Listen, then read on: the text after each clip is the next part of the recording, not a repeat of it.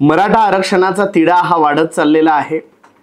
एकूणच ओबीसी संघटना या मराठा आरक्षणासाठी काढलेला जो जीआर आहे, खरं तर तो आरक्षणाचा जीआर नाही आहे, मराठा समाजातील ज्यांच्या नोंदी आहेत त्यांना कुणबी प्रमाणपत्र देण्यासाठीचा जो जीआर आहे, त्या जीआरच्या विरोधामध्ये आता लक्ष्मण हाके या व्यक्तीने दंड थोपटलाय।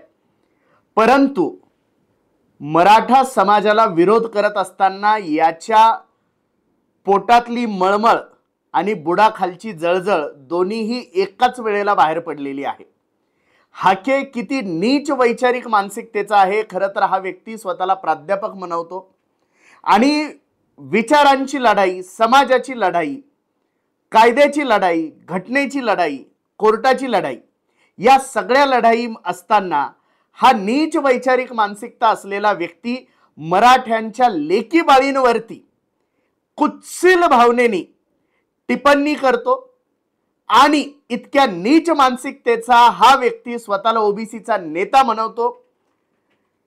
या लक्ष्मण हाकेचं एक वाक्य तुमच्या तळपायाची आग मस्तकात जाईल असं आहे आणि ते वाक्य का आहे याचा पूर्ण व्हिडिओ तुम्हाला शेवटपर्यंत बघायचा आहे। त्याच्यामुळे या हाकेची मळमळ आणि बुडाखालची जळजळ दोन्हीही कशी झाली आहे या व्हिडिओमध्ये शेवटपर्यंत बघा। सुरू करूया। नमस्कार, मी डॉक्टर महेश, आपण बघत आहात गोष्ट छोटी पण डोंगरा एवढी।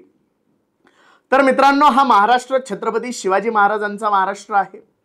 हा महाराष्ट्र छत्रपती राजर्षी शाहू महाराजांच्या पुरोगामी विचारांचा महाराष्ट्र आहे। हा महाराष्ट्र महात्मा फुले, सावित्रीबाई फुले यांचा सत्यशोधक समाज असलेला महाराष्ट्र आहे। हा महाराष्ट्र डॉक्टर बाबासाहेब आंबेडकरांच्या घटनेला आणि संविधानाला मानणारा महाराष्ट्र आहे। परंतु या महाराष्ट्रामध्ये घटनेच्या नावाने, संविधानाच्या नावाने एक पिलावळ जन्माला आली आणि ज्या पिलावळीला इतकी वर्ष वेगवेगळ्या समाज सुधारकांनी केलेल्या कामाला तडा द्यायचं काम यांनी सुरू केलं। जाती जातीमध्ये विष पेरण्याचं काम सुरू केलं, जातीय द्वेष निर्माण करण्याचं काम सुरू केलं, जाती जातींमध्ये तेढ निर्माण करण्याचं काम सुरू केलं। गावगाड्यांमधली जी वीण आहे ती उस्कटवायचं काम या पिलावळीने सुरू केलं आणि का केलं तर स्वतःच्या राजकीय स्वार्थासाठी केलं।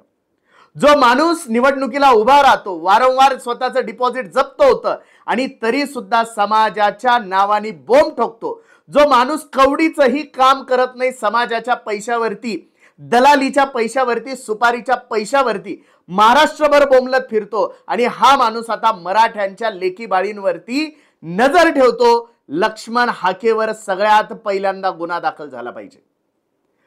जर तुम्ही खरोखर सामाजिक समरसता, सामाजिक एकता मानणारे असतात तर तुम्ही हे वाक्य कधीही बोलले नसतात। या वाक्यामागचा अर्थ नीट समजून घ्या। पुरुषी विकृत मानसिकता काय असते आणि ती जातीच्या आडून हा माणूस, हा नीच माणूस कसा दाखवतोय ते एकदा नीट समजून घ्या। काय बोललाय लक्ष्मण हाके हे पहिले नीट ऐका। आता ऐका, कुणबी सर्टिफिकेटच्या द्वारे तुम्ही ओबीसी मध्ये आलाय। आता आमच्यातले क्वालिफाईड आम्ही 11 पोरं सुचवतो। ऐका ओ, आता पहिल्यांदा 11 विवाह आपल्यामध्ये करूया की। आता तुम्ही आमच्यात आलाय की नाही? 11 विवाह केले पाहिजेत का नाही केले पाहिजे? आता काय जात पात राहिलं का? आता सगळे सोयरे राहिले का? आता पाटील, 96 कुळी, क्षत्रिय काय राहिलं का? आता पहिल्यांदा 11 विवाह जाहीर करा। आमच्याकडे 11 पोरं आहेत बरं का। एकूणच लक्ष्मण हाके हे सगळं बोलताना काय म्हणतो याची नीच पुरुषी विकृत मानसिकता बघा। जर तुला रोटी बेटी व्यवहारच करायचा आहे ना हाक्या, तर तू काय म्हणायला पाहिजे होतं? 4 पोरी आमच्या तुमच्या घरात देतो, 4 पोरी तुम्ही आमच्या घरात द्या। पण तू तसं बोलला नाही। तू म्हटला आमच्याकडे 11 पोर आहे। काय म्हटलास तू? तुमच्याकडे 11 पोर आहे आणि तुमच्या 11 पोरी आम्हाला द्या। म्हणजे नालायका, तुला सामाजिक एकता पाहिजे पण ती एकाच बाजूची पाहिजे, असाच याचा अर्थ होतोय ना। म्हणजे तू पुरुषी विकृत मानसिकतेचा, म्हणजे तुला महिला तुझ्या घरी न्यायच्यात अशा मानसिकतेचाच तू आहे हेच तू दाखवतोय ना। आणि हे ऐकल्यानंतर कुणाची तळपायची आग मस्तकात जाणार नाही। आता याच हाकेला, ज्याला लय लोक अभ्यासू म्हणत होते, ज्याला लेकरू म्हणत होते, या लेकरूला चपलेने हाणण्याच्या लायकीचा आहे. कसा बघा बघा, ओबीसी प्रवर्गामध्ये 18 पकड जाती येतात. हाके, तू फक्त मला एक सांग, तुझी पोरगी, तुझी बहीण तू कोणत्या समाजामध्ये दिलेली आहेस का वेगळ्या समाजामध्ये? का नाही दिली?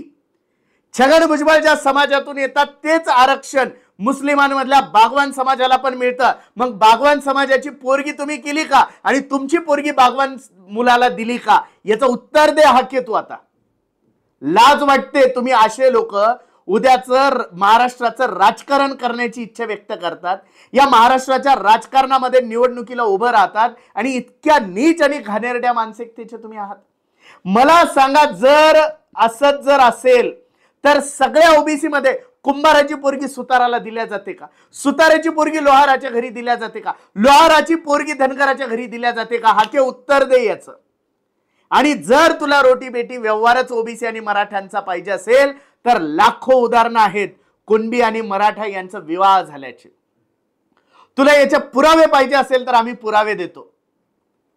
परंतु तुझ्या घरातल्या किती महिलांचे लग्न, तुझ्या घरातल्या किती पुरुषांचे लग्न आंतरजातीय आहे? तू एवढा मी ओबीसी ओबीसी ओबीसी करत फिरतोय, सांग तुझ्या घरातल्या किती मुलींना तू वेगवेगळ्या जातीमध्ये दिलेला आहेस? ओबीसींच्याच किती वेगवेगळ्या जातीमध्ये दिलेलं आहे? मग तू पण मागास आहे आणि बाकीच्या जाती पण मागास आहे. मग जर ते एकच आहे तर तुम्ही तुमच्या घरांमधले लग्न केले का? आणि जर असं नसेल तर मराठ्यांच्या लेकी बाळींबद्दल बोलण्याचा तुम्हाला अधिकार कोणी दिला? मराठ्यांच्या लेकी बाळींबद्दल बोलण्याचा हक्क तुम्हाला कोणी दिला? आणि ही नीच मानसिकता या हाकेच्या आजूबाजूला पुन्हा एकदा व्हिडिओ नीट बघा. आता ऐका, कुणबी सर्टिफिकेटच्या द्वारे तुम्ही ओबीसी मध्ये आलाय. आता आमच्यातले क्वालिफाईड आम्ही 11 पोरं सुचवतो. ऐका ओ, आता पहिल्यांदा 11 विवाह आपल्यामध्ये करूया की. आता तुम्ही आमच्यात आलाय की नाही? 11 विवाह केले पाहिजेत का नाही केले पाहिजे? आता काय जात पात राहिलं का? आता सगळे सोयरे राहिलं का? आता पाटील शान्नव कुळी क्षत्रिय काय राहिलं का? आता पहिल्यांदा 11 विवाह जाहीर करा. आमच्याकडे 11 पोरं आहेत बरं का. या हाकेच्या आजूबाजूला असलेले जे लोक आहेत त्यांच्या हसण्यामध्ये बघा किती नीच आणि नालायकपणा तुम्हाला दिसेल. आमचे 11 पोरं आहेत आणि तुमच्या 11 पोरी द्या. तुझ्यात जर दम असता हाके, आणि जर तू खरोखर ओबीसींचा नेता असता, जर तुझ्यामध्ये सामाजिक एकता, सामाजिक समरसता असती, तर तू हे म्हटलं असता, 4 पोरी आमच्या आम्ही तुमच्यात देतो, तुमच्या 4 पोरी आमच्यात द्या. आणि हे बोलण्याच्या आधी हाके, आधी तू स्वतःच्या घरात, अरे राजर्षी शाहू महाराजांनी सामाजिक एकता नुसती बोलून नाही दाखवली, स्वतःच्या मुलीचा विवाह एका धनगर कुटुंबामध्ये लावणारे छत्रपती राजर्षी शाहू महाराज या मराठ्यांमध्ये जन्माला आलेले आहेत. असे कोणी गाव गुंड सोबत घेऊन फिरणारे, सामाजिक एकता सांगणारे मराठे कधी नाही.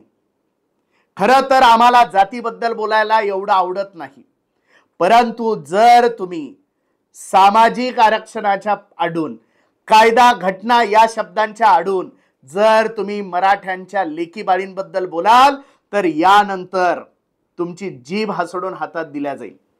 तुमच्या दम असेल तर कोर्टात जायचं, चॅलेंज करायचं.